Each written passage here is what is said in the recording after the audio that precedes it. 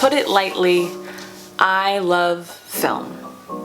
I've loved film since I was probably like 8 or 7 years old. Every time that my mom and my dad would put on a movie, it would feel so magical, like I was getting transported somewhere else. I remember that, you know, my parents, my family, we would have these parties. We'd have birthday parties for everybody. It seemed like every month there was another birthday party. And usually at the end of that birthday party, it would end with everyone in the living room sitting on couches wherever they could and watching something. Usually it was an older film, like Do the Right Thing or like The Matrix. These are like a lot of the 90s sort of things that were going on when I was a kid. And I would get to sit on the ground somewhere if I was lucky and I didn't have to leave the room.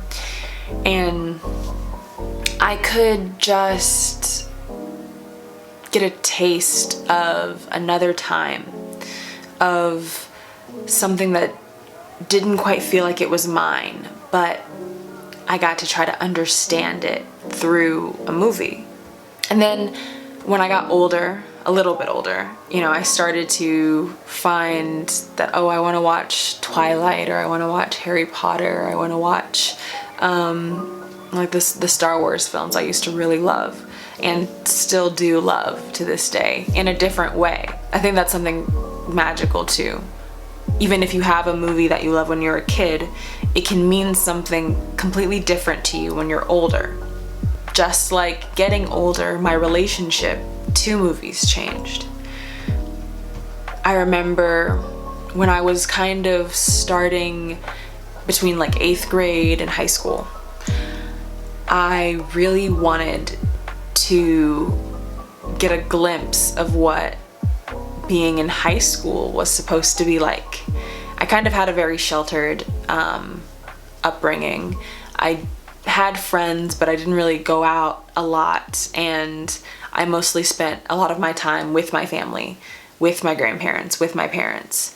So when I got to watch a movie, I got a little clue of like, okay, so this is what life is like outside of my house, outside of my front yard, outside of whatever it is that my 30, 40-year-old parents and their friends are talking about. And the summer before I went to high school, I really became enamored with the John Hughes movies. So I was watching Ferris Bueller like every day. I was watching The Breakfast Club.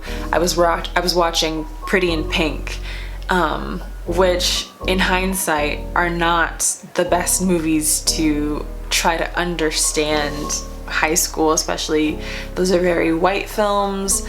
They're films that were made 30 years before I was going to high school. So, I didn't quite have that language to say I should look for something that fits more into my experience. But I did think, okay, these movies are like time capsules, but they also are time capsules of people who are young and about the same age that I am now. So that must mean something. That must mean that I can still learn something from them, from Molly Ringwald, and And it also was really special to me because those movies were typically set in Chicago, where I'm from. So I got to not only see what, quote, high school life was supposed to be like, but also what my city looked like 20, 30 years before I'd ever seen it. But when I got to see those movies, I got to see, okay, here are people who are like living their lives and having these kind of small problems, but like, to me, watching people struggle and like get through high school or whatever, somebody stole a car kind of thing, it was like the most fun that I could have.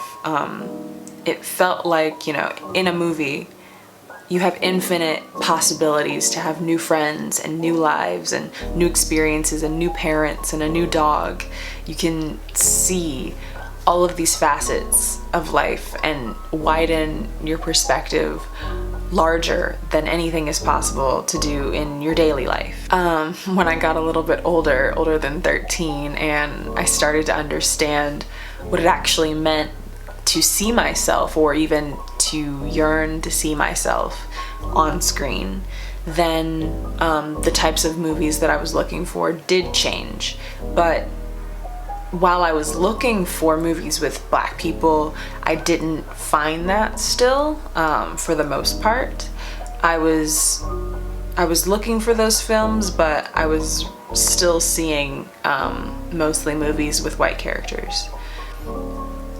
And then when I got to high school, movies were, like I said, they were still like my friends that I got to come home to every night and learn something from. And then my dad passed away after my freshman year of high school. So I had a very dark and lonely summer, something I could never have anticipated before that. And while I was trying to figure out what life was, I was using movies as a tool to just imagine, like, okay, this is what reality is. And here are all of the pathways out in front of you of what tomorrow could look like if you just keep going.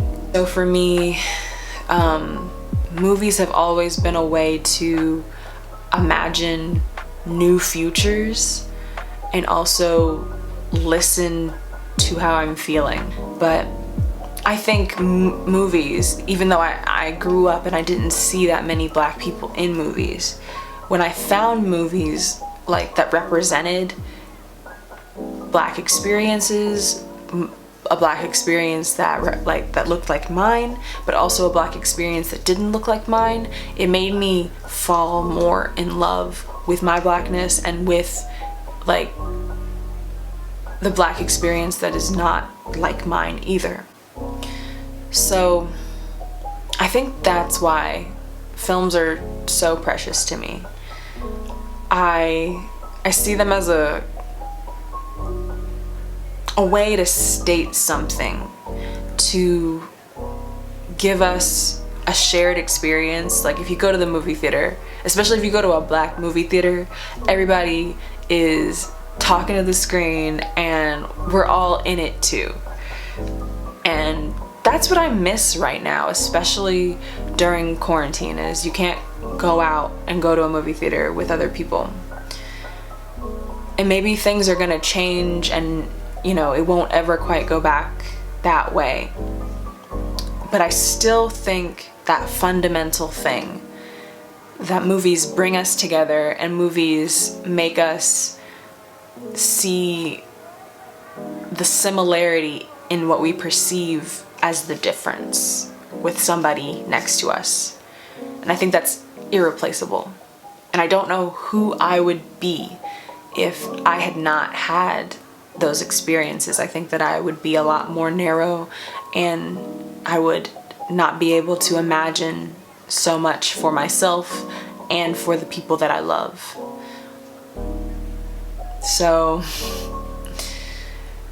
that is probably what my channel, or when I continue to make videos, it's gonna be a big part about my love for movies.